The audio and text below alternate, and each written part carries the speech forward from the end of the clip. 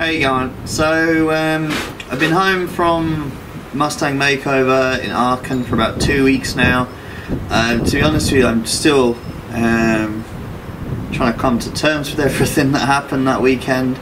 But my sponsors, Taste the World, they gave me a free jumper too, so I got a horse and a jumper, which is pretty cool.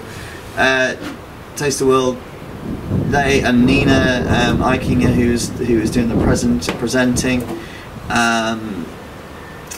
they got together and they bought the horse and sent her back home with us. And I still can't get over the kindness and the generosity, because these are people obviously we only knew for a few days, but we really liked, we got on so well, and obviously, but they obviously saw something in me and something in my relationship with the horse, and it gave me a lot of pride that they saw that, but equally it's just an incredible act of kindness. Anyway, so now we're home and we've started working her, and I think up until I left I really sort of focused on her groundwork. About 3 or 4 weeks out I realised that she wasn't really ready to ride, and she certainly wouldn't be ready to ride in the competition, so I'd just focused on putting a real solid foundation into her in terms of the groundwork and in terms of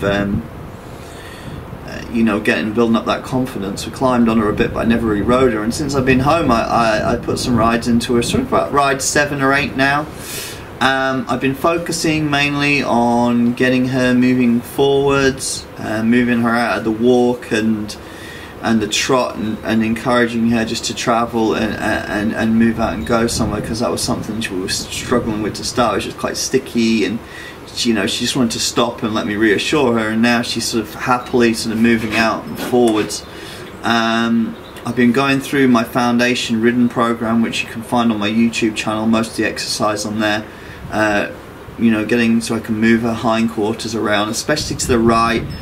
She was really bracy to the right. She, that was an eye where she was less confident on. So when I picked up that rein to the right, she sort of wanted to kind of push her hip into that rein and turn back to the left, and really kind of work there on getting her freed up on that right rein, backing her up. As we've started to ride in the hackamore now. Getting her kind of understanding of that hackamore, getting soft to the hackamore, backing her up. And that's the other cool thing, is that I'm starting this horse, this is the first horse I've ever started in the hackamore.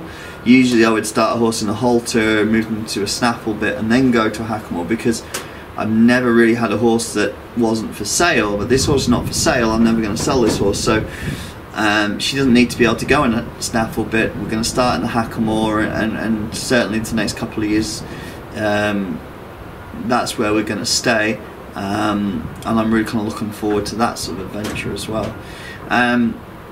Yeah, and today was the first day that I'd taken her out the arena, and we worked on a few cows. I think sometimes giving them that job and that purpose is really valuable, and we've got cattle at home that we use for the clinics, and it's great to be able to take advantage of having them just walking around, moving them about. Gives her some reason to stop and to turn and to travel, and takes her focus off of me a little bit and onto the job at hand. And I think those horses that have spent time working cows, spent time out at the arena, that have been given a job to do, have been trained on that feel rather than just patterned, they really are a lot better adjusted mentally and a lot more confident as well. Okay, well, thank you for watching. I hope you've enjoyed following our progress, and I hope you continue to enjoy it, and we'll meet up again hopefully some point down the road.